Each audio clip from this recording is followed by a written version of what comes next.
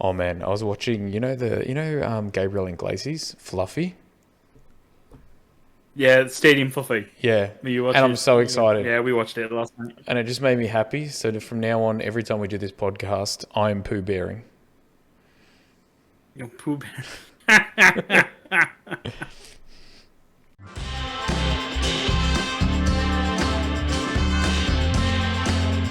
Dorks Down Under. Oh, Poor Cherish is going to come down the stairs at some point after we record this and just be like, "Oh, can you grab something for me?" And then she's just going to be like, "What the hell? Where are your pants?" Same place my underpants are on my floor. I'm joking. I'm kidding. I'm kidding. Oh. How is life? No, it was. How is life? Life's busy. Life Life's is grand. very busy at the moment. Especially with, as I said, with what we're going to get around to discussing, which is Drunken Jordan's a dickhead and causing me issues. Which... Why does this keep dropping out?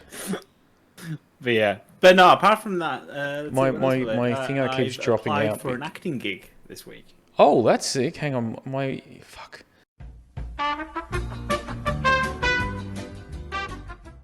So you've got an acting gig? Well, no, I've.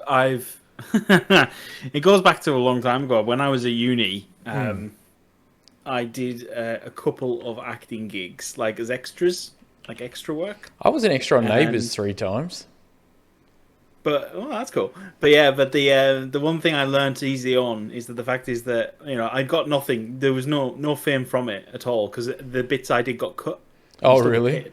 So yeah. So I was just like, when I came over here, I signed up because there was a local East Auckland company looking to increase their portfolio of extras, and I applied. And I've applied for this is my second gig applying with them because I didn't get the first one. So hopefully by Tuesday I might hear something. You never know. So if the podcast randomly ends, guys, it's because Jordan's just too famous for us. I've told Ellie I'll try not to forget her and the boy when I become famous. That's what I'm saying. I love our fans, and I will continue to be here and do it, even if I was famous. But Jordan's like, shh, up yours, off to bigger and better things. Hey, with all the monies I'll bring in, I'll be able to afford the big bluey sweater knitted jumper that I found. Oh God, how much was that? Do I want to ask? $250. No. Yeah. I saw it on TikTok and I went to the store to have a look at it because it's like a little independent bougie place in LA and it's like $250, but you can get Bandit or Chili. And I was like, I think Ellie might shout at me if I spend $500. Jesus fucking. So for anybody that hasn't seen that, I will, if I'm editing today, I will put a clip up. I'm gonna have to wait till the kids go to bed, but I am so excited about what's in here. I finally put the kids to sleep, so it's time. But first. Okay, now I'm ready. I am ridiculously excited about this. This is exactly what you think it is. Hang on. I need you to understand that this is perfect and I love it. Look at the back. It's so good. I'm gonna be wearing this all winter. A+, 100% A+.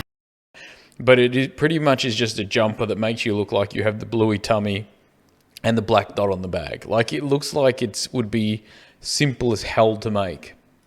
Yes. Wow. Well, unique pieces, time, effort. I get it. I'm not silly, but yeah. Anyway, so I'm having to resist. I showed Ellie it, and she's like, no. And then when I told her, she said, "Oh, that's so cute. How much is that?" And I told her, she went, "Definitely not." Wow. Just wow. Fuck. Yeah. $250, man. But yeah. Well, anyway, hello, ladies and gentlemen. Welcome to episode 11 of Dorks Down Under. Double figures. Or the second double figures. I don't know. Second double figures episode. There we go. We got past 10. That's a good start. Praise baby. Remember that you can follow us on either on our YouTube channel. We're also on Google Podcasts, Spotify, and Amazon Podcasts. And OnlyFans.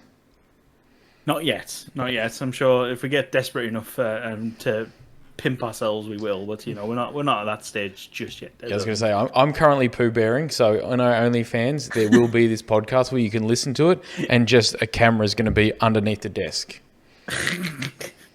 No. He's like, I can't deal with that.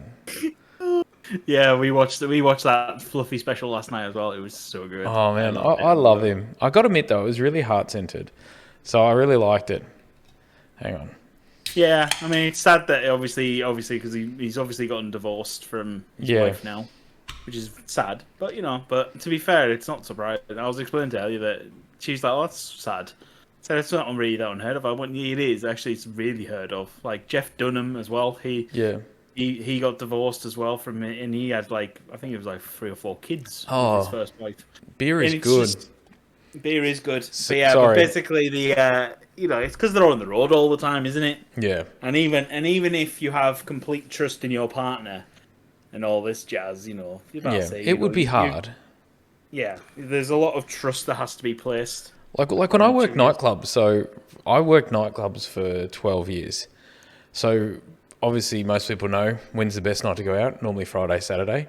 So it's always packed. So I miss weddings, I miss birthdays. Because it was when you're managing a bar too though, it is quite hard to sometimes get the time off because especially in Australia, you often have the bar manager and the owner. And the owner doesn't actually work the bar. He just occasionally rocks up, shouts his friends drinks, where the manager does pretty much 99% of the work. So if you're not there, obviously the owner or there sometimes is a supervisor, they don't have the thingo. So you often wouldn't get time off. I remember that was one of the main reasons why for about a 5-year stint then, there were girls that I met that I would have loved to have a relationship with, but I'm just like, there's no way because you're just always on the road. You're always out. You miss things. During the day, if they want to go do brunch or something, unless you go super early when you finish the club at 6, 7 in the morning, you're too tired and you just sleep. And it was brutal. And I can just imagine doing that, but doing that while you travel around, while you miss work birthdays, holidays, it's a nightmare. It's got to be. And it's got to be hard on any relationship. So, yeah, I'm not surprised. But they were together 15 years, and I like the fact that he still gets to see his son as... Yes, his son. Yeah, I know. Frankie! Frankie and Martine. Oh, Martine. I love Martine. But yes. So that's what we've been doing. We've literally... I reckon... Because when did you watch it? I think I watched it Friday? I watched it last night. Okay, so... Yeah.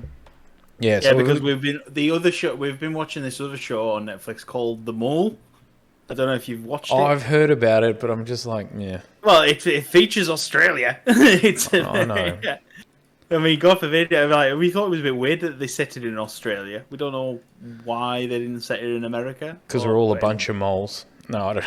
I'm assuming it might have been cheaper to film it in America. Oh, 100%. In Australia than filming in thing. But yeah, it was interesting. Actually, it was quite interesting. Even to the end, me and Ellie were trying to guess who the mole was, and we're we couldn't quite pin it down, sort of thing, which was annoying. But yeah, it was good. It was good. Good show. I recommend it. Because what's weird is they had one like that was called The Mole.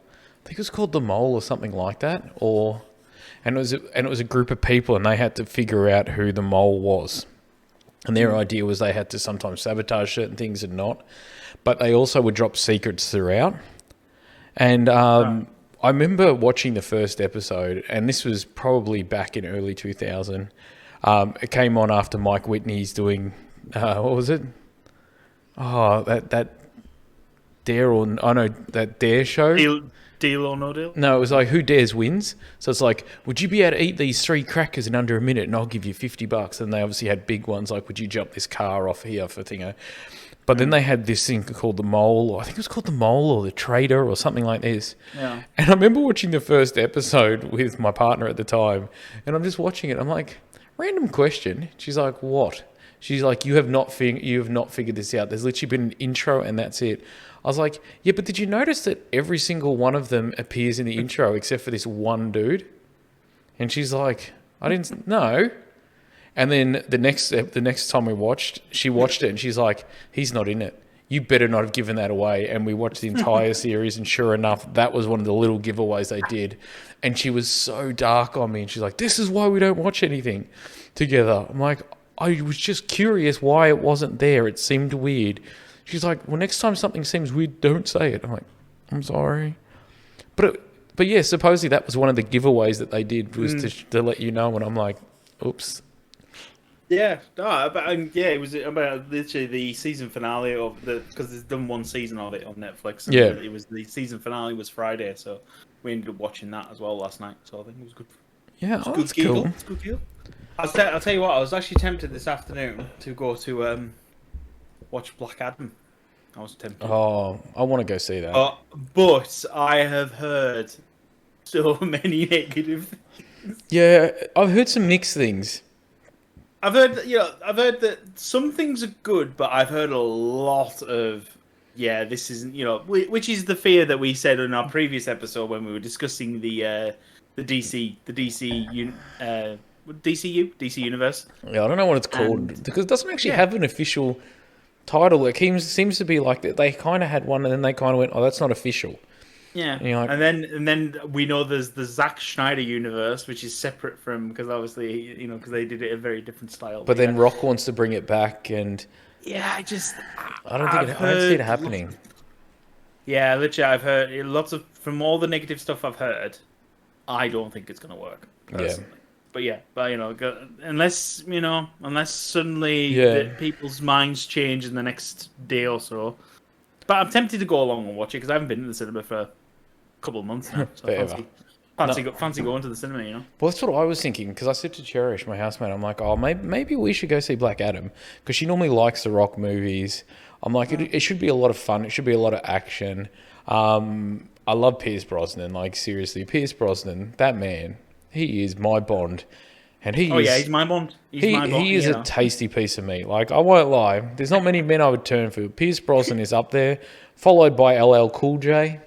Seriously, as a 50-year-old with abs and looking like you're a linebacker, he's kind of hot. I'm sorry. But, I'm so excited for Pierce Brosnan. And then the fact that he kind of looks like my favourite takeaway, Colonel Sanders, I'm like, man, part of me wants to cuddle you. Part of me wants to take you out for fried chicken. See that from an odd angle. Yeah, okay. He's got the kind of the beard with the mustache. He's a quite distinguished gentleman. I'm like, we just need to give him like a Southern Kentucky draw and some fried chicken. Golden. To be fair, with his recent, obviously because he's done it for his acting gig, I was thinking that he channels a bit of Sean Connery. Yeah, that's true. With the sort of the tidy beard and goatee sort of style. I just thought that the other day when I saw a photo of him. I thought it's a bit Sean Connery-esque. Quite like it. I know. I'm digging it. I'm like, man, I'm getting the feels. Because to be fair, the feels in the Panda Bear area. Yeah, because after Pierce Brosnan in terms of Bond, it's I would say Sean Connery is probably my next favorite. Yeah, 100%. So and then followed by George Lazenby. Look it up, kids. Kids are gonna be like, God. Who? Oh, do you know what the funny thing is? Do I hate that movie? That one, yes. Yes, everyone does. Everyone does, but do you know why I hate the movie? No. For one specific reason, because he breaks the fucking fourth wall. And he's Australian. Ew. Oh, was he? I'm pretty sure he is. Hang on. To the Googles. To the Googles. Google! George Lazenby is an Australian actor. Yeah, it looks like here. He's an Australian actor. He was the second actor to portray fictional character, British secret agent James Bond, in the production of the film series playing Her Majesty's Secret. Yeah. He's 83, and it looks like he's still alive. And he's from Goulburn, which is a nice sort of town in between Sydney and Canberra. Very nice. Oh, well, I'm glad at least he's... so that's why you hate him, because he's one of the convicts. Oh, it's just... Well, no, it's not one of the convicts. It's the fact that he breaks the fourth wall. Oh, the other guy never had this problem. Oh, just... And he's literally right at the beginning of the movie. The first time I watched it, I was like, why have you ruined this movie? Because now all I'm going to be doing is be livid watching the rest of this movie. I know. And then it just doesn't get any better. Because was it an official James Bond film? Like, I can't remember. Yes. Yeah. I was, because I remember But the backlash was so bad that they then brought back... Was it then they brought back Connery? I believe so. Was it Connery or Moore? Connery. Yeah. No, Connery. Yeah, no, they brought back Connery. Actually, Well, Roger Moore's probably, in honesty, my third. I like Roger Moore. Yeah. as Bond. But to be fair, after His Majesty's Secret Service, I don't like Casino Royale. Yeah, For I'm not. one, I'm not a huge Daniel Craig fan anyway. Okay, but the main reason why I don't like the Daniel Craig era of Bond movies is because there's no fucking gadgets. Yeah, like I won't. To me, James Bond is about gadgets and coolness and all this stuff. But it's like, oh well, it's literally in Casino Royale. They give him the fancy car. You're like, oh, wonder what it's got in. That's all you're throwing. And then what happens? Drive it, Nothing. and then they blow it up. I like the guy. What's his name? Desmond or something. The guy that played Q. He was amazing. And then Yes, they kind he of was got good. in his counterpart or the person to replace him, which was Chevy Chase. And I was like, that is amazing. Desmond Llewellyn, I think his name was. And then they got in Chevy Chase. And then they brought in this young guy. And I was like, oh, that's cool because hopefully it'll be more techie, more nerdy. And it's just kind of like, here's a car. What's it got in it? Oh, that's just a pen. I'm like, it should fire something. It should kill someone. It's like, no. Yeah. Like, I get that they're trying to stick away from the cliche of like, oh, this pen fires a dart that causes a nuclear explosion in a 1 foot radius that you'll find at the very end he'll use to get out of trouble.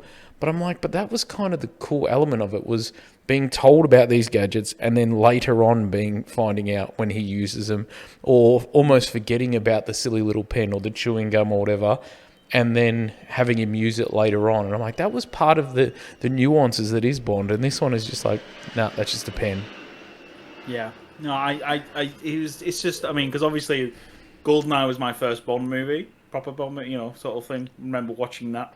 And still the greatest game on Super Nintendo ever made. To be fair, I'll be honest, I'm actually considering buying a Nintendo membership for my Switch so I can play GoldenEye when they release it, because they're re-releasing it on the Switch. I swear to God, on my life, I will buy one just for that. Nintendo's deliberately said they've not changed a thing. Oh my They're God. not updating the graphics. They're keeping it exactly as is. And suddenly I went, I was like, oh. Do you remember when you used to like burn CDs and stuff, and you used to like no, I don't know what you're talking about. I would never do such illegal activities. Like I meant when you were to buy the discs and then back them up on that, so you'd make like music CDs with them. Oh, you mean making backups? Yeah, I remember that. That being said, though, when I was in London, I used to be able to go on eBay and you could buy backup discs. Yeah. And what you used to, and it was on eBay and it was fine. And it says, please note, if you buy this, you are agreeing that you have the originals and this is just a backup disc to keep these safe. And I'm like, no. And for the whole 3 years that I was there, of 3.5, 4 years I was there, you could buy these things on eBay to the point where I would tell people about them and people would buy them and they would just ship you out burnt discs. And I'm like, this can't be thing. And then about 7 or 8 months later, and I couldn't get them in Australia, I couldn't get them from America. They only seemed to be doing them in the UK.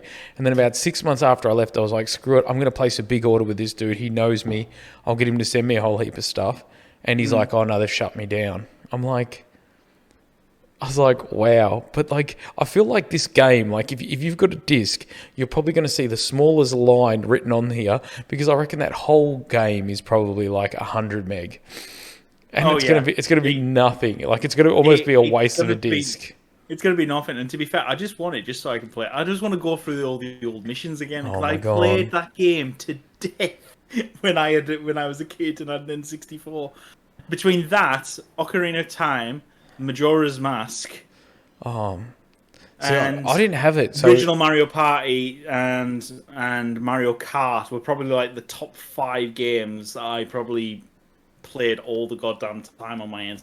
yeah, because I had to go across to Paul and Nick Houlihan's house, the twins that I grew up with, because that seemed like they had it, but nobody else I knew had it. So I was like, okay, cool. But like, man, I remember going over there, and I remember every time I went over there, it was just an excuse to play that game because it was so good, and I just remember loving it. Oh God, I used to play. I've always, whenever I play video games, I like picking the big characters. Yeah. Sort of like it's like when I play Mario games, I'm always playing Donkey Kong. I love being, Donkey Kong is my soulmate and brother. Because but I remember being, who was it? Oh, it was Matthew. I forgot his second name now. But at Matthew's house, it was me, Lee Routledge, Matthew, and Simon, and we were all sat in there and we're playing GoldenEye, and literally, and they were like, "Oh my god, somehow you're forming holes in your body and not like, getting hit by this golden gun, Jordan. It's bullshit." Yeah, I know. Because I remember the golden gun, just running around with golden guns. Oh my god. Seriously, that would actually make me want to buy a Switch. Straight up. Literally, they announced it and everyone lost their goddamn minds because suddenly, because everyone who grew up playing it was like, yes! And they said, we're not changing it. Yes! I know. Because the worst thing they could have done is said, we're going to update the graphics. No, don't update the graphics. Just leave it. Just send it out in its way. It's fine. See, I wouldn't necessarily be 100% against them doing that, but as long as they don't change it to the point where it's just redonkulous. Like if they added an extra couple of pixels, I'd kind of be okay with that as well. But as long as they don't go like full, like where they fully restore it, and it just seems to be like stupid. Yeah, I used to remember. Where was it? You used to find like the Moonraker laser, and you could shoot through metal doors with that. So you're just going up to because you used to memorize all the rooms, and it's like, right, I need the Moonraker laser so I can shoot through the door because there's 4 guards through here, and that just deals with that room. So I don't have to worry, and then I've got to go 10 more steps, and then there's this. That is amazing. This is literally just going to turn into the GoldenEye podcast. No, right, we can't. Right, anyway, we'll move on. We'll move on before we go down too much of a rabbit hole.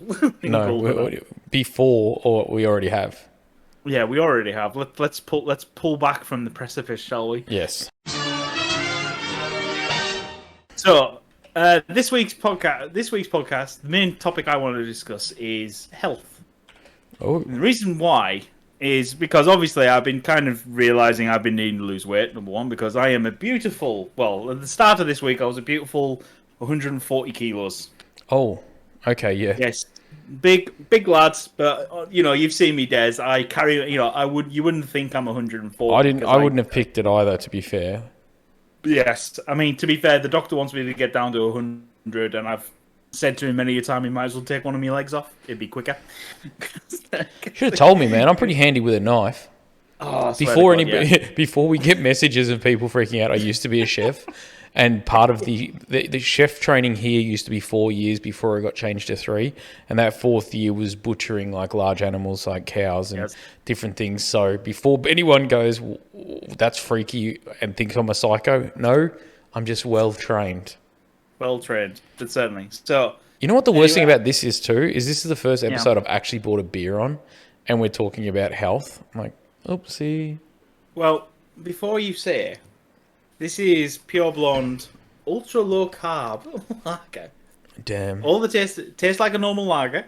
Tastes like a normal lager, but it actually is like it's only 107 calories, sort of thing. Okay. So anyway, so obviously I've been trying to lose weight for a little bit now, sort of thing, and it's not been getting anywhere. And literally last weekend, drunk Jordan decided to do a very silly thing, which was. He decided to go on the App Store, find a calorie counter, and pay for one. Oh. Pay for it. Yes. So when Sober Jordan decided to wake up, he's got to do it because I'm a tight ass and I don't want to waste money. Speaking of wasting money, how's Pokemon going this week? What's up, Don't know what you're talking about. Anyway, back to this. So anyway, so let's change it just in case Ellie listens to it and realizes I spent money on Pokemon. What up? So anyway, so the app that I'm using is called Lose It. Alright, now lose it. Which is quite a nice title. I'll give it that. Yeah. And it does kind of sound more like a rap song. Alright, now lose it. Yes. Now, what this does, this actually syncs up. So obviously, I've as well to say we're not sponsored. Although if they do want to sponsor me and so they can give me my money back, I'll be happy. Wow. So what they're doing, what this does is it basically counts all your calories or your protein, whatever you want it to count. Now, when you get the premium version, you get access to the barcode scanner. So instead of randomly having to type it in whatever you're eating, if it's got a barcode on it, you can just scan it and it adds it in. And it already knows it. It's already got a huge database. And I have to say, I've been pleasantly surprised of how good it is.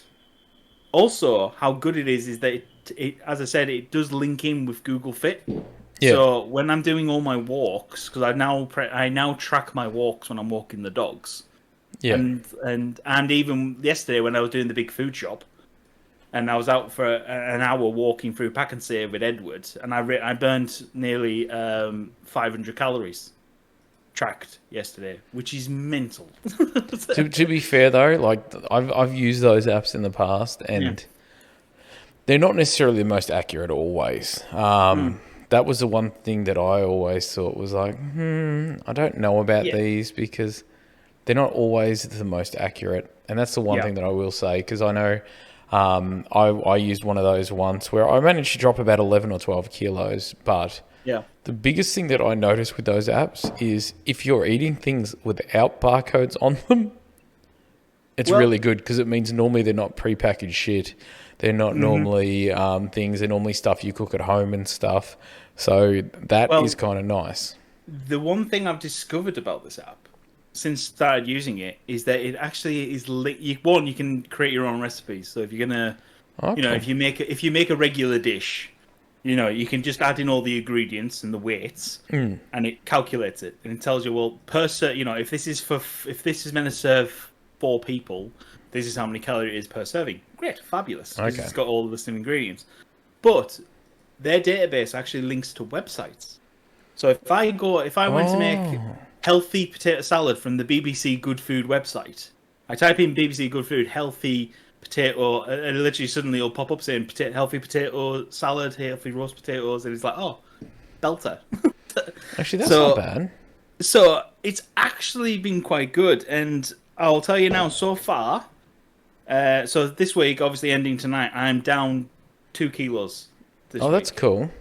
Which is thing, because obviously what I'm trying to do is, obviously with the weight I'm on, is I need to be in a calorie deficit. Yeah, 100%. Number one. So that's the reason why I think, the reason why I went for this app, number one, because one, I'm tracking my calories.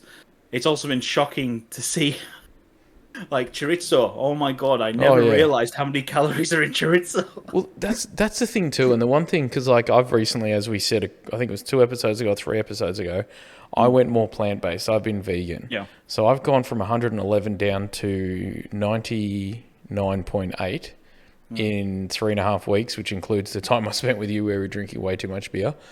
I got tested on Tuesday this week. So and all my levels are within normal. Good. And I also have this beautiful, hang on, let me move the mic. So for people watching the visual, they're going to see my chest. So please be careful. Oh, hang on, Des. I'm going to... Let's move this. So you can see here, where is it? Check out sexy beast. See here how it's all smooth? Yeah. So what that is... Have you been manscaping? You've been a bit manscaping? Well, the young Italian nurse at the doctor's said, we've got to take an EKG. So to take an EKG, they put stickers on your chest, on the sides, on your wrists and on your ankles. But the problem is they put one square over your sternum there, but it won't stick if there's any hair. So she decided to let me know then and there that she had to shave my chest. So I've got about a 2.5 by about a 3.5 inch space that's in between, so right on the sternum, probably in between, right in between my nipples, of just this bare skin, and it feels weird. And the problem is because it's happening Tuesday, for anybody watching the video, you might notice occasionally I keep scratching my chest. That is why. But that being said, though, I'm now considered in the low rate of heart attacks. That is excellent news, Des. I know. That's really good. So it's weird. It's weird that you've done this, and considering on Tuesday I went and got all this tests and stuff done. Yeah, well, obviously tying up with the calorie deficit is I've started going back to the gym. And I've discovered a great, well, obviously I've started doing weights again, because obviously that helps convert fat. Yes. So I'm having to do that. But I found a great, and I want to tell it really simple. So this is a great cardio session, number one. 30 minutes on a treadmill, a 10 to 15 degree incline, at 3.5 miles an hour, kilometers an hour, whichever one your setting is. Which isn't that bad, and it's not that... And you walk for 30 minutes. Yeah. I'll tell you now, you think it's really easy, and then you get to 10 minutes in, and your heart is racing, and it's going... All I do now is I get on there, and I literally do Pokemon battles on Pokemon Go to keep myself distracted. Oh, that's So amazing. I literally just do that, and that way, because I don't pay attention to what I'm doing. The one thing, if I zone out of something, because all I'm doing is walking, so it's just like, right, fine. If I just zone out, I'll be fine. I'll crack on. And literally, the first one I did, I went up 45 minutes, and I was dead afterwards. I literally got off, and I was meant to do weights, and I was like, I think I might collapse. I think I'm gonna stop.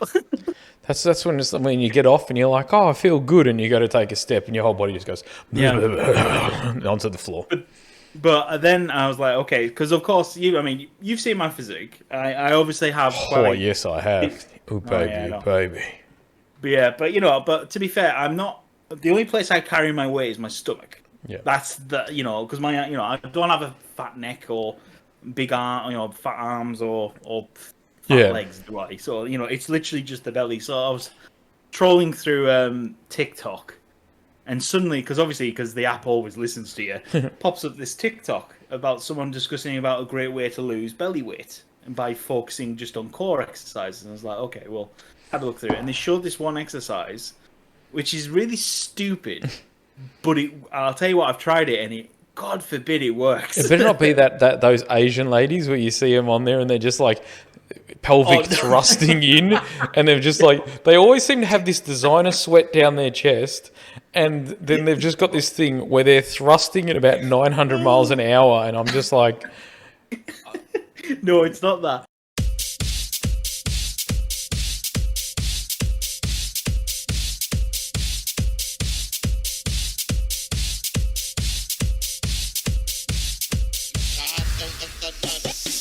So what this is, they called it, I can't remember the name of what its technical name is.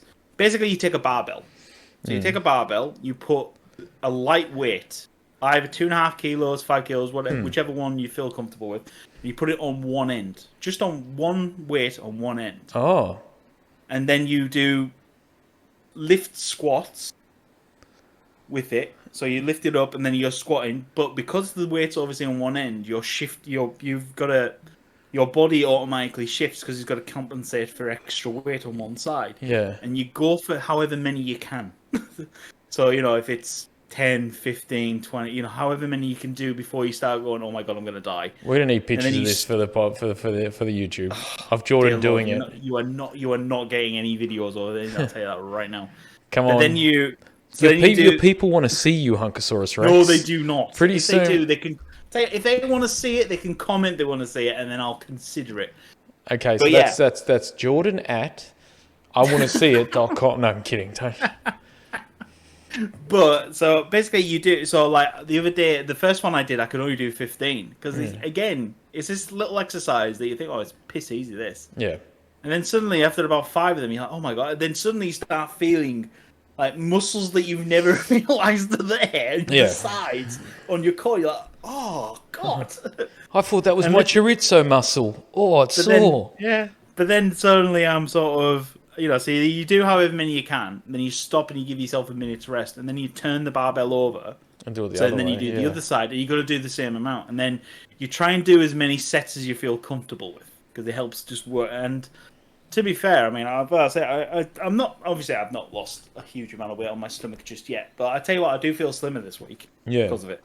It is weird, because that's what I noticed too. Like the first time I went plant-based, because I don't like using the V word, because vegan just makes it sound like you're a douchebag. Means you're a snob, Des, if you use the V word. It does, but it really does. Like I fucking hate using it, because it does just, it has this knobbish condensation to it where I'm just like, I'm not a knob. When you say it, you got to turn your nose up a little bit and say, vegan. I know, I just can't though, because it's just too knobbish. Like, you know what I mean? Like, I just feel like I should be running after you with a placard, cracking the shits at you because you're eating a shawarma or a kebab, and just be like an absolute knob jockey. But I'm like, it's just not in. Like, and that's the thing though. Like, my friends are like, oh, how do you find it? I'm like, I actually find it quite nice. And I will say the good thing about being a chef though is because you know how different products work, you can now amend them. Like we make it's called here Singapore noodles. It has nothing to do with Singapore. My friend Casey, who is down from Singapore, I love making it for her because it annoys her. mainly because I was about to say, are you making this out of spite, Des? like I literally, but it's weird. Like most food courts in Australia, most Chinese restaurants, you get this thing called Singapore noodles, which is normally just a little bit of oil, it's made from, I think it's a little bit of soy sauce, a little bit of olive oil, and a little bit, and then a couple of, I think it's like 4 or 5 heaped teaspoons of curry powder. So then what you do is you use so you stir fry your veggies, any protein you want. We use tempeh, which is kind of like a fermented soybean, similar to tofu. Oh, so it's stinky tofu. Yeah. But it's not stinky, which is weird. It's actually quite nice. I'm shocked by it. Oh. But you fry that up. I thought all fermented tofu was called stinky tofu. No, yeah, it is, but tempeh is slightly different. Oh, okay. So it is. It's a. I don't know. It's bloody. Well, you learn something new every day. I know, but yeah. So we stir fry the vegetables. You throw that in, then you throw the rice noodles in that you've just kind of blanched just to get them to pull apart, and then you pour this mixture in it, which is like mostly curry powder, a little bit of oil, a little bit of soy sauce, and it's actually really nice because you get this really nice curry hit. The noodles go this gorgeous yellow color because I finally sliced the tempeh up into like little tiny cubes. You almost don't taste it. It tastes like a protein, but you can't place it. But it also absorbs a lot of the flavour of the curry. So it gives like this really nice sauce. But it has nothing to do with Singapore, but it's called Singapore noodles. So my friend Casey, every time I've made her dinner, I've made her Singapore noodles. And she goes, and the thing that she hates most is she goes, you know what I hate most about this dish? Is I really enjoy it, but it fucks me off because it has nothing to do with Singapore. And I was like, yeah, I know. Yeah, so I make it out of spite. To be fair, though, I mean, it's like coronation chicken. I remember the first time. That's weird. But not only that, of course, the Britons have invented their own curry, which is chicken tikka masala, which is worldwide now. I know. Apart from you can't get it in the one country that is famous for curries, which is India. Yeah. In fact, if you ask for a tikka masala, I'm pretty sure you're going to get shot. Yeah. I won't lie, though. One of my guys I was working with over there, Paul, him and his mates went to India for a couple of weeks. And then it was so funny because they came back to I think it was his 21st at the time, and he had a pimps and hoes party planned. So they went to India for I think 4 weeks, and then they were due to come back, and then I think it was the following weekend was their thing. So it might have been 9-10 days later. So while they were over there, obviously he asked for tikka masala in all the places because it's the only one he eats. And he goes, I just had like these Indians looking at me like I was stupid. And then because I was an arrogant English douchebag, I was getting annoyed at them because they didn't know what the curry was. And in my head, I'm like, how do you guys not know what this bloody curry is? You invented it, you dumb shits. Until eventually I got back home and somebody told me that we didn't. But the reason I brought up the Pimps and Hoes party is when he was there as well. They found tailors that make custom-made suits. Oh, yeah. So he actually got like a black and a grey suit made for him. But then when he went in there, he's like, random question, that purple, what's that? And he's like, oh, we use that as the lining inside of the suits. So, and he's like, could you make a suit out of that? He's like, yeah, but it wouldn't be very good. He's like, it only has to last a night. And so he made it from this shiny, like bright, sort of purpley orange. Yeah, lining. I think I know which kind of lining you're talking about. Oh my god! It's the stuff that's inside of it. Yeah, it was, but he rocked up in it, and it was amazing. But yeah, bringing up tikka masala and bringing up that the English do it, and that was the funniest thing is that he didn't know. He just thought these guys were being difficult and being idiots because he was white. To be fair, the one thing I realised early on was, like, whatever you think is hot, Asians don't lie about it. Because I remember when we went on it was our first little trip when we were travelling around Bangkok and doing that, and we were at Tiger Temple and some other things. Yeah. And they said, "Oh, we're going to stop for lunch. Do you like Thai curry?" It's like, yeah, I love red Thai curry. It's gonna be great. She's like, oh no, I won't give you the red because it's local. It's quite hot. And I was like, oh, I'll be fine, love. You know, I handle heat, mate. Oh my god, I'll tell you what, I've never cried eating food before, but yeah.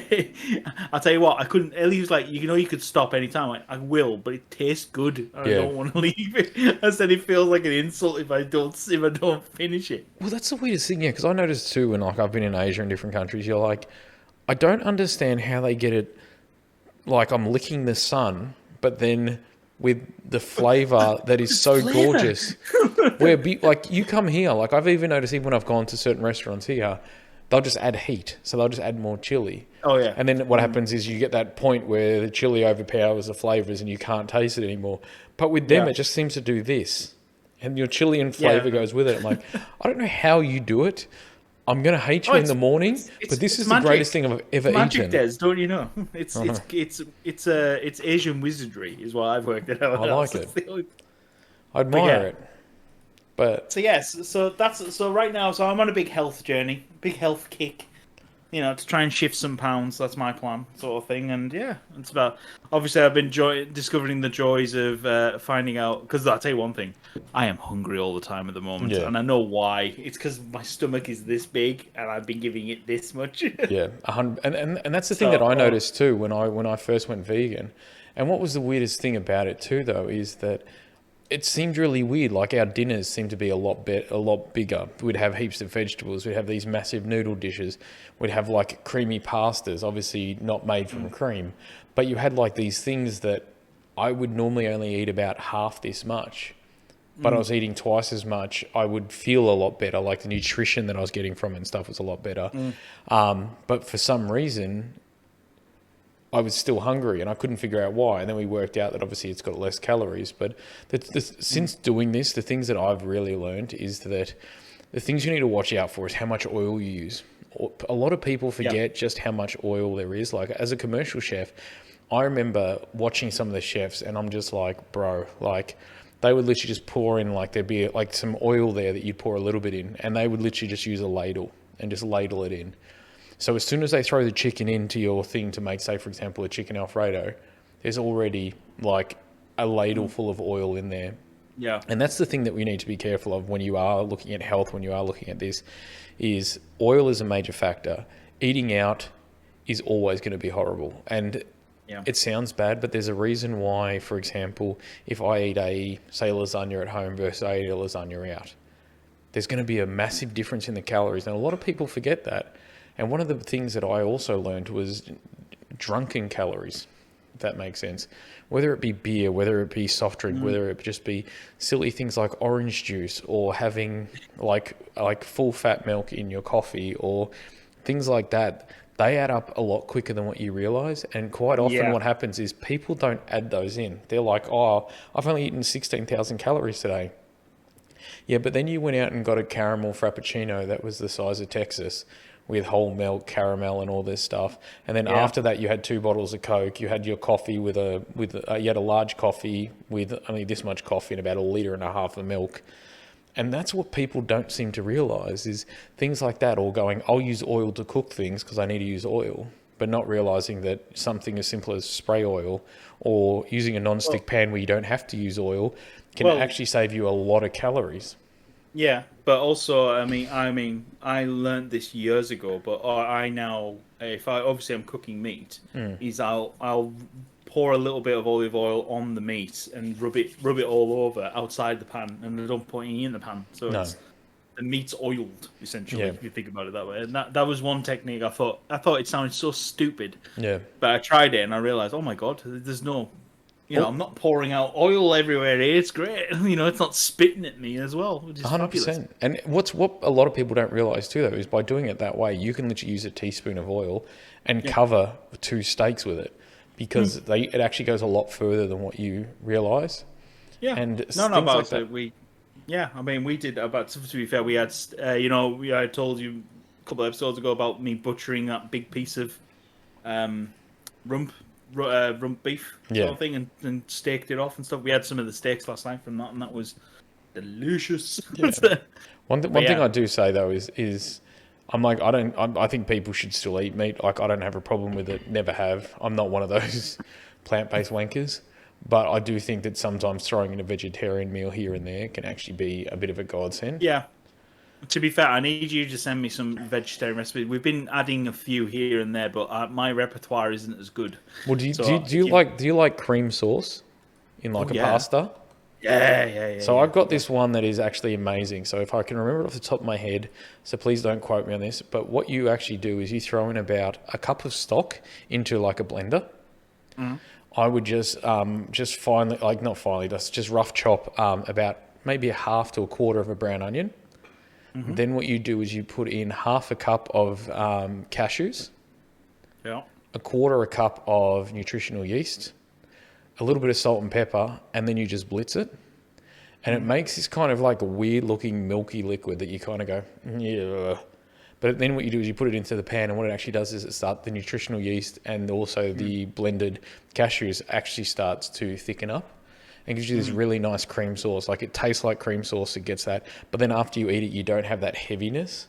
And if I can find the actual recipe, I'll send it through. But things like that, where you can kind of substitute cream that's very calorie dense, but then give yourself a better fats, because things like, for example, nutritional yeast. So one of the major issues when you go vegan is iron is number one, which what we do is in that actual dish, we actually pan fry off some mushrooms before we add the sauce. So it has the nice mushrooms in there. So iron, that you can use spinach, kale, all these leafy greens to it. Yeah. But the other big one is B12. And B12 is one that you can mostly only get from meat. And that's where a lot of them struggle. But things like nutritional yeast, flaxseed, and stuff like that actually have it in there. And the good things about things like flaxseed, you can actually add it to stuff. And nutritional yeast is used in a lot of, like, sort of, for example, vegan cheeses and thickening agents and stuff like that. So it's a natural thickening agent. So for that, it's actually really good. But yeah, I find just that with some spaghetti, and it just tastes like a carbonara, like to the point where if I put bacon in it and made it for you, you would probably not question me on the fact that it's not not vegan, other than, say, for example, the bacon. Yeah. No, well, you can have bacon bits on the side and you can add them. Yeah, if you want. But I tend to find things like that, and things like ham, bacon, chorizo, sausages, a lot of that stuff is highly processed. There is a lot of fat in it. And that is, it sucks because it's so hard to get away from, because bacon is still the greatest thing in this world. Oh, bacon is the greatest thing. I mean, but yeah, I mean, as I said, I was shocked when using this app. I was like, so I decided, because we got some chorizo from Costco, and so we got it in the fridge, and they made this healthy potato salad. And I was like, belter, and it's like 150 calories a serve. So it's like awesome. And I thought, you know what, I'm going to put a bit of meat in this, get a bit of protein in there, and I was like, right.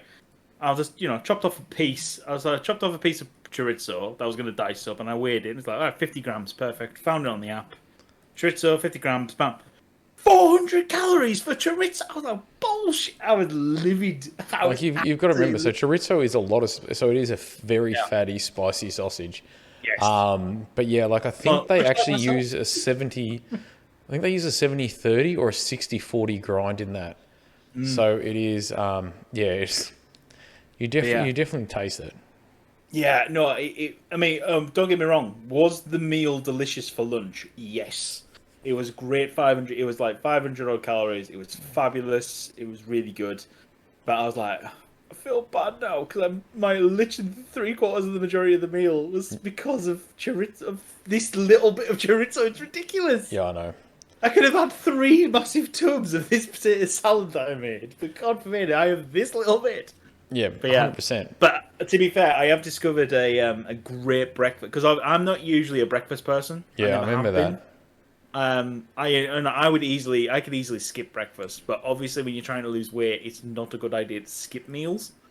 So I think, because you need to have regular intake, especially if you're doing calorie deficit diets. Yeah. You want to, your body needs to be churning a lot of the time. So, although I have discovered the hot sauces are free, apart from the really hot ones. Yeah, There's 0 calories in that, so thank God for flavouring.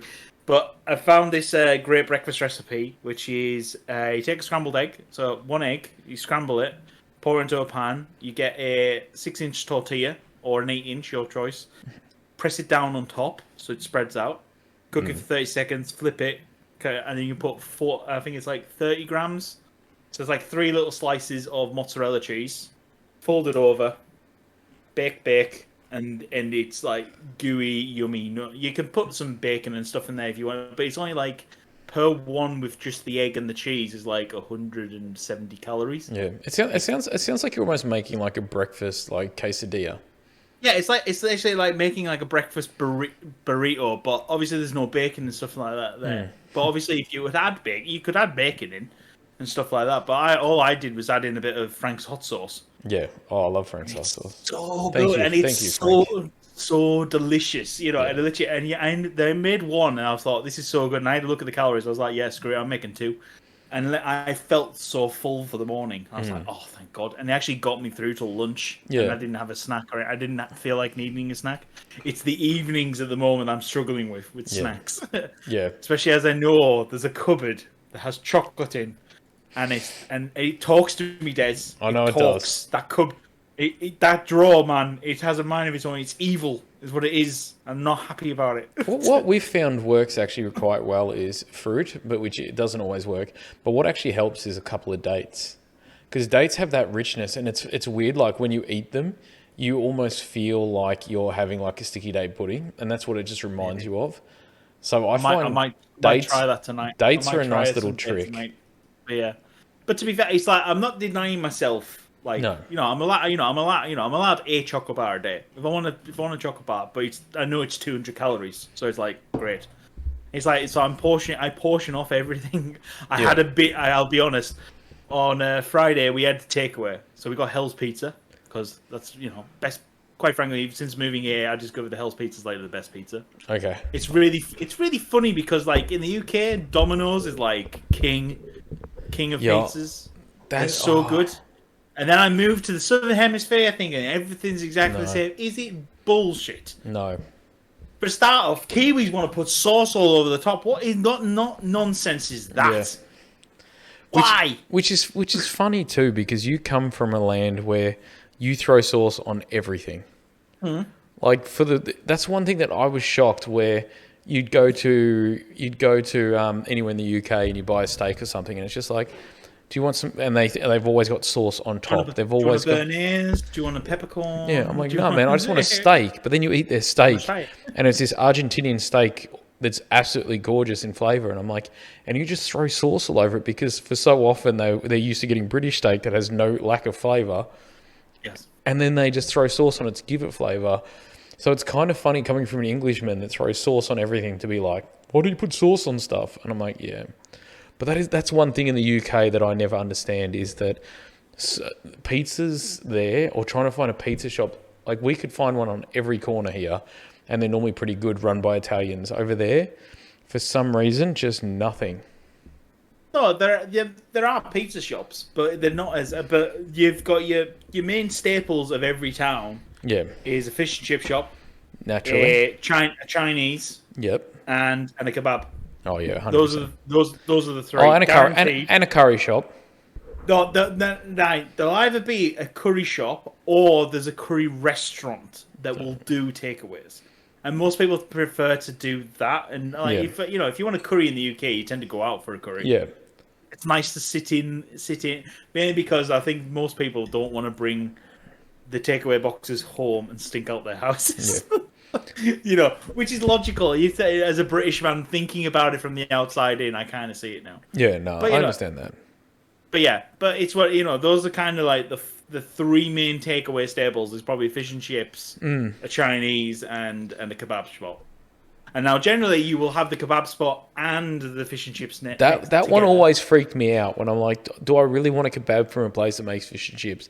And every time I thought that to myself, I was like, this feels weird. And in Richmond, there was a kebab shop and there was a fish and chip shop. So there was two separate, so I never did that. When I moved to Teddington, there was a kebab place that was also fish and chips. And I'm like, not Teddington, sorry, in Kingston, there was one. And I was like, this just feels wrong. And for probably about the first 6 months I went there, I would always be like, screw it, I'm going to the dirty chicken shop. I'm just going to get a chicken burger and chips after I'm finished drinking it at Oceana, and I'll be golden. And then one day my friends went there, and there was like 6 of them going there, and I'm like, I'm not going to be the only one going to the chicken shop, screw it.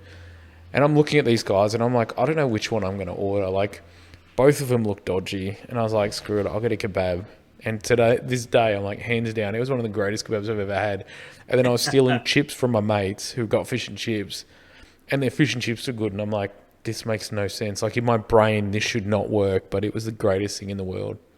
There's in my dad's hometown, Whitehaven. There is a I don't know if it's still there, obviously, because I've not been there for so long now. Chattanooga, who's a pizza spot, but they also do kebabs. And the one of the local specials, sorry, can't slurring my words now, is you can have elephant leg. You can have elephant leg on top of your pizza, an elephant leg pizza. And remember the first time I heard that, I was like, "What the hell is elephant leg? Elephant leg?"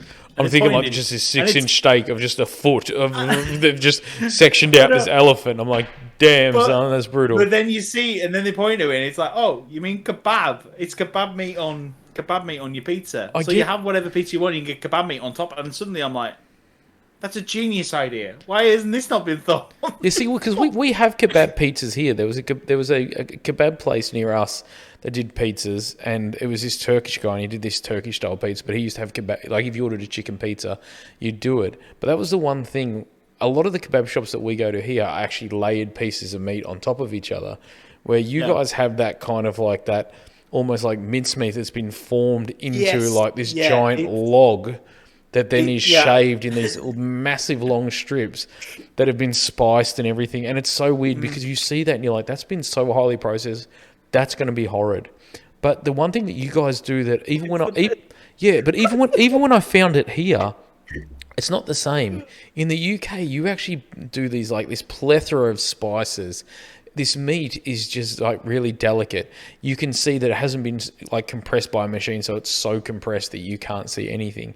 But there's these beautiful spices added and stuff, and I'm like, this is actually really nice. And the first time I saw it here, I was like, yes, I'm gonna get that. And I'm like, it tasted like I may as well have eaten my shoe.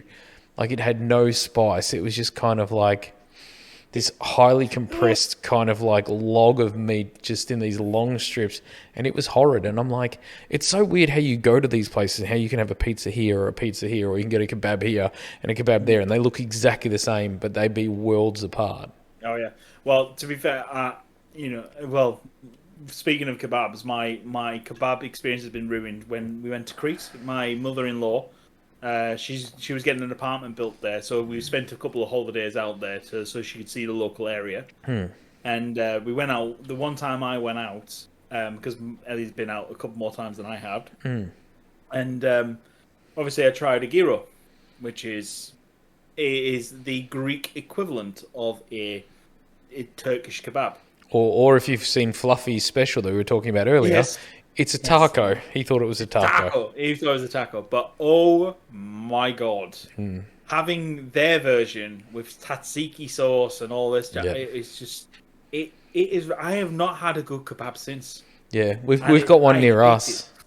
We've got one. So there's a supermarket about, I think it's 900 meters away, according to my my nav man, and they've got this Turkish place. They have this really nice Turkish bread that they actually slice and they open it up, and it's so light and fluffy. Lettuce, tomato, onion, and then they have a garlic sauce, or you can get tzatziki, and you always get the tzatziki. At the moment, I'm getting falafels, but I used to get lamb. Yeah. And oh my god, it's just magical. And that tzatziki is just this beautiful yogurt, lemon juice, cucumbers, a little bit of mint, and you're just like, oh my god. That was my first ever time trying tzatziki, and I said to Ella, I said, "What is this magic?" Yeah. And she said, I'm not telling you because you won't eat it." And I went, "Babes, I'm halfway through this kebab. There's no way you can change my mind." She went, "Well, it's yogurt, lemon juice, and cucumber." And I went, "No.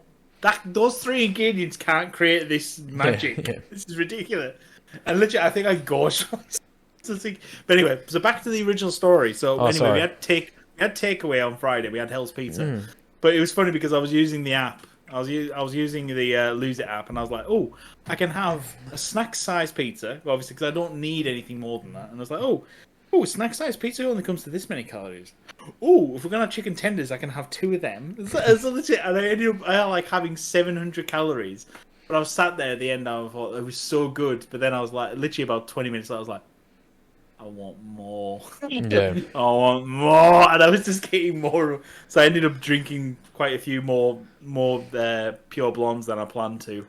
But it was one of those days. But to be fair, Ellie's annoyed because of course now that I'm calorie counting. She said, just curiously, how many calories are in my vodka lemonade that I'm having? And I went, well, according to this, your absolute lime vodka is 110 calories per 20. She went, what? And then we looked up gin, and gin's like 60 calories. She went, right, fine, I'm moving to gin. Right, we need gin next. Well, that's the thing that's weird. Like, I know that when I used the app the other time, the hardest thing was when you're living with somebody, because then you're like, oh, I can eat this, and then I can eat this, and this is so many calories. It drives people nuts. But the thing that I found with it, and this is the thing that I don't mean to scare you or warn you, is that I put it back on after I started using the app, mainly because of you tend to find that when you're using the app, you're like, oh, I can justify eating this like Big Mac, or I can justify eating this because it's only so many calories. Yeah. The problem is, unless you actually change the way you eat, quite often what's going to happen is when you stop using that and you stop remembering that 700 calories, you'll just be like, oh, screw it, I'll get a Big Mac. I'm hungry, I'll get 2. And then before you know it, because you haven't actually changed the way you eat, you tend to find it's really easy to go back into how you used to eat and then just not do the calories. And that's the thing that I would just warn you about, because... No, I'm fully aware of that. I mean, the problem is I'm trying to break a habit, and obviously I'm first week in, so I'm all full of hope and optimism. And yes, I've been hangry some days because it can't be helped. And don't get me wrong, like, I think you're doing great, and I think it's good for you to do this. But you do have to find like your balance point of where you. It's funny because me and Elle, we don't eat bad. All right, do we have a takeaway once a week? Yes, we do. You know, that's not bad. But we always eat plenty of veggies. You know, all right, fish department, I'm not too good, but I am trying to get better. Yes. Okay, because I am trying. Like we made what did we have the other day? We had Mariana. I made spaghetti marinara. A nice healthy version. Did all that. That was quite nice. It was a very weird way to make it in comparison to how I normally make it. But obviously, I'm not using as much oil. Shit like that now. Yeah, because to be fair, literally what I would always use is literally a couple of teaspoons of oil, and then I would throw the seafood in. Some fresh chili, fresh garlic in all at the same time, deglaze with white wine, and then you just let that reduce a little bit, and then my marinara would be done. So I probably make it a bit different to what most people do, but that's how I've made it, because it's a lot lighter, a lot fresher. You're mafia Italian heritage. You know all this stuff. That's true. So I go off healthy websites, and they tell me make it weirdly. But it's kind of funny, sort of just trying to build. I'm full of hope and optimism, but we've always eaten good. But the problem is, I think for me, it's portion control. Yeah, I'm one of these guys who I'm like, oh, I'm still hungry, I'll have another portion. Yeah, or I'll put on my plate because I can't help it. Yeah. So one thing that did help me, and this is going to sound fucking stupid, and people are going to be like, that doesn't work. Buy smaller plates. Yes. Swear on my life, it is the stupidest. It's the stupidest piece of advice that I will give anybody, but it will actually work. And that was one thing that we noticed is that Cherish and I, when we moved into this house, we ended up getting rid of our crockery and buying these smaller plates, because in those packs where you buy the pack where you get the cup and you get the big plate and the little plate, they give you like a proper big main size one.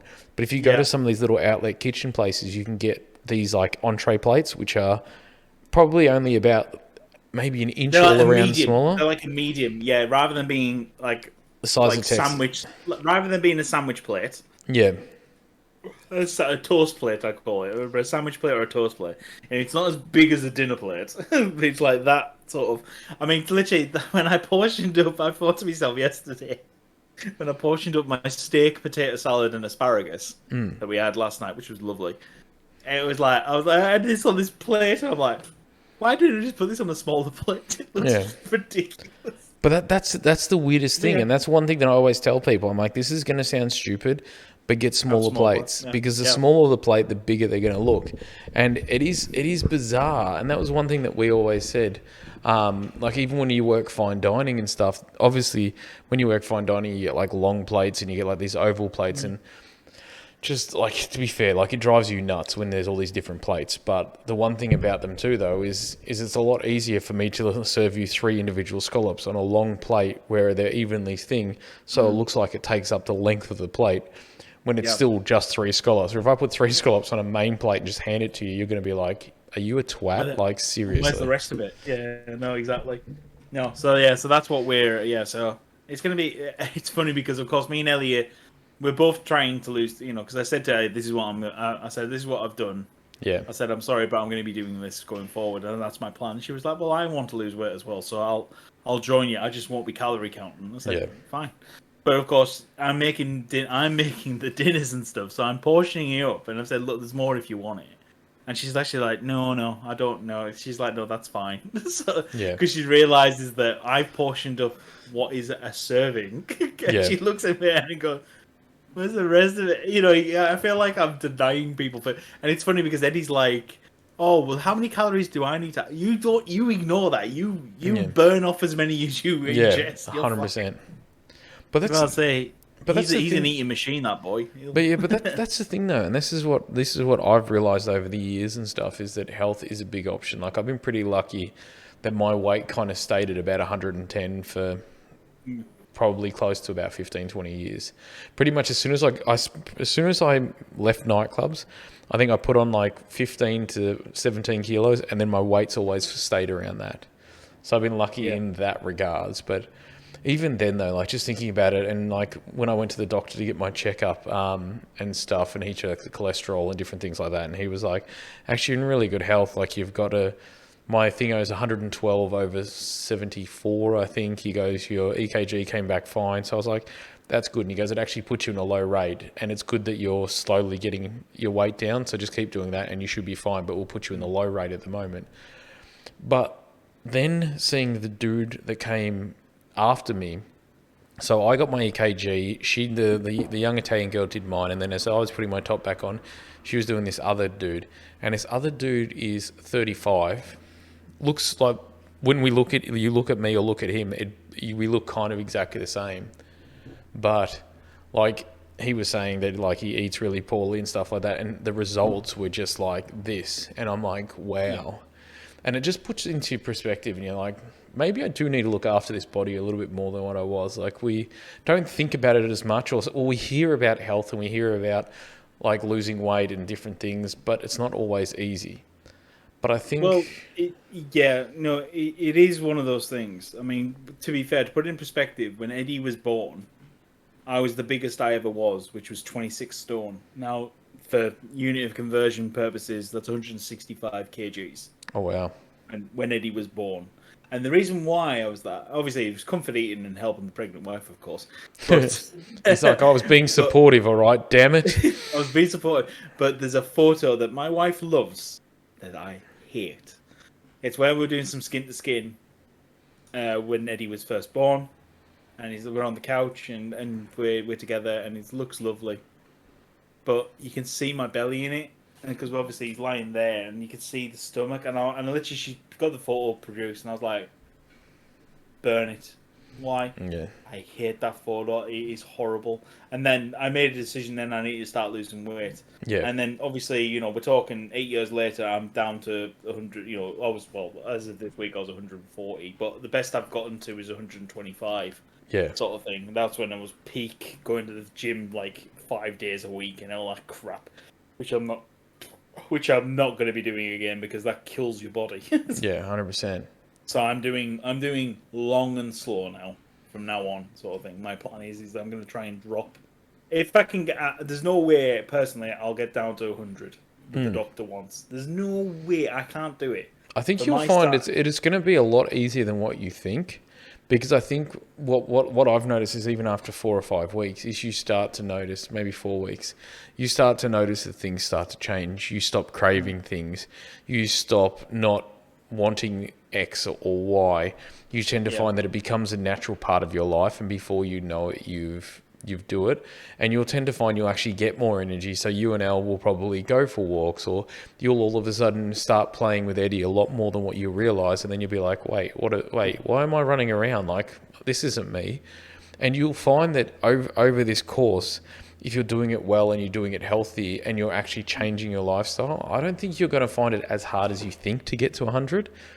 I just think that, at first you just need to make sure that you concentrate on making the changes to continue to actually make your life better. And I think at the end of the day, weight is a number.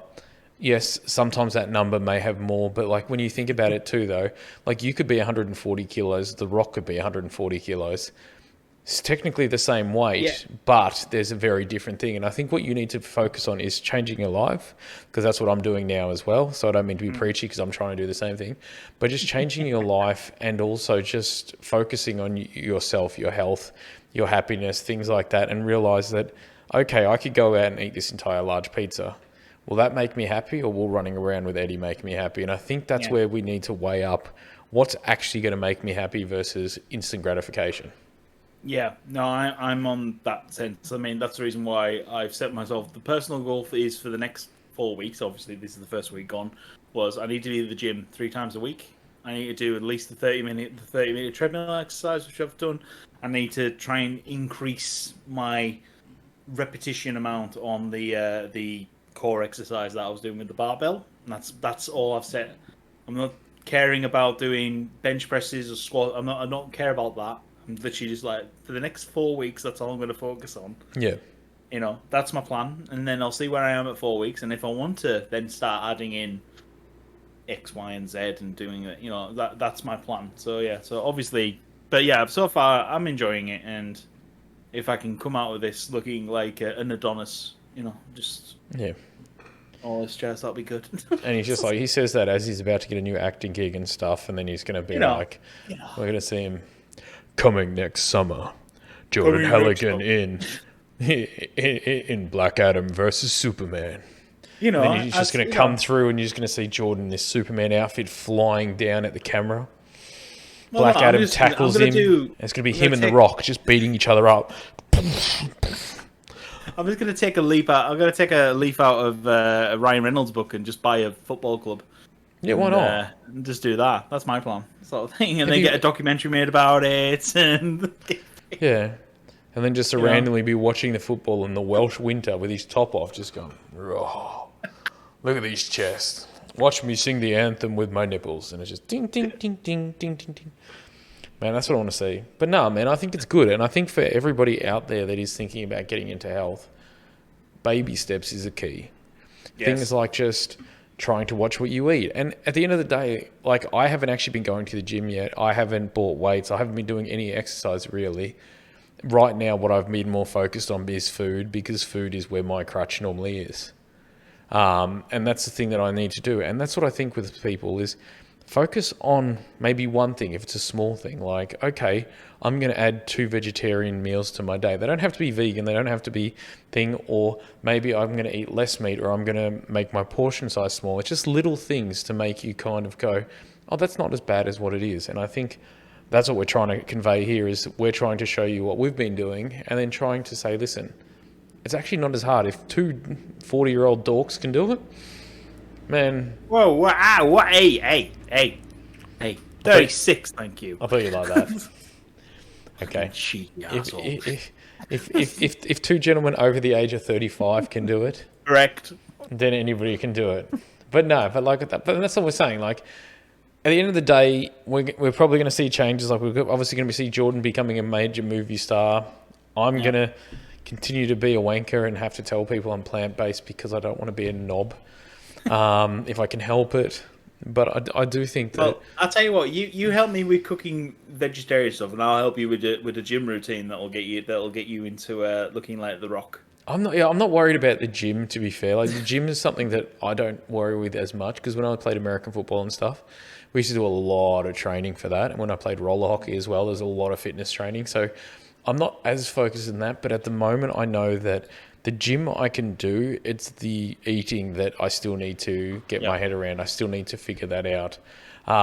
But one thing that's really weird though is since going vegan and stuff, because obviously, so you buy, like, say for example, you buy flaxseed nutritional yeast and all these other things that you use in different stuff, and you're like, Jesus Christ, that's $12 a bag, that's $16 a bag. But then once you've bought it, you don't have to worry about it for 6 months. Yeah. And then so like we find like most weeks we're just buying veg and fruits and different things like that. And we've noticed that our shopping bill's probably gone from about 160 down to about 100. Funnily enough, we're on the same thing, because obviously because we're planning to move, we've got a freezer full of meat. Yeah. obviously, because I can't, I'm gonna have to disconnect it, and the meat's gonna go off. So it's like, well, we need to start running it down now. Yeah. So this week, I think I bought this week. The only thing I bought meat wise, I bought some mince because obviously I don't have a mincer to make mince. Oh, get one. They're so cool. Oh no, don't worry. I'm already planning one for the new house, and I bought some chicken thighs because I want to do a butter chicken. I'm going to do a nice healthy butter chicken this week, sort of thing. Cause I crave a curry, sort of thing. I've been craving some curry-esque thing. So yeah. But anyway, let's wrap it up there because the wife's just signaled to me that dinner is ready and I can smell it and I'm hungry. I'm hangry. And you wouldn't like me when I'm hangry. Yes. So as a reminder, folks, please, if you can follow us, subscribe to us. We're on YouTube, Amazon Podcasts, Spotify, and Google Podcasts. I've been one of your co-hosts, Jordan. You can say the host, man. We're both hosts, so you can say the host. I'm not going to get insulted where I'm going to be like, motherfucker, what the hell? You told me I was the host. That's it.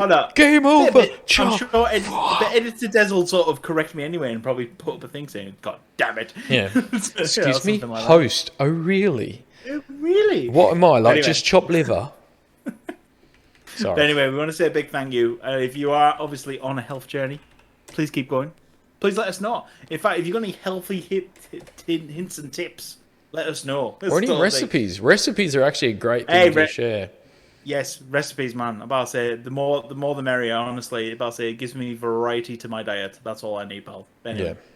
So anyway, we want to say a big thank you to everyone who's been following us and listening to us so far. About to say, I do see the analytics pop up, and I've been ignoring them because I don't care about numbers. This is a personal project for me and Des. We quite enjoy it. Yeah, it allows us to vent once a week. It's great. I'm going to eventually see the numbers, and it's going to be like 000 Ali 00. I'm like, damn it! I'm kidding. And Jordan's like, no, you won't see that. Ali doesn't listen to it. Damn it! No, definitely not. But anyway, big thank you to everyone who's been recently following us and subscribing to us. Much love. Catch you guys later. Bye bye. Peace.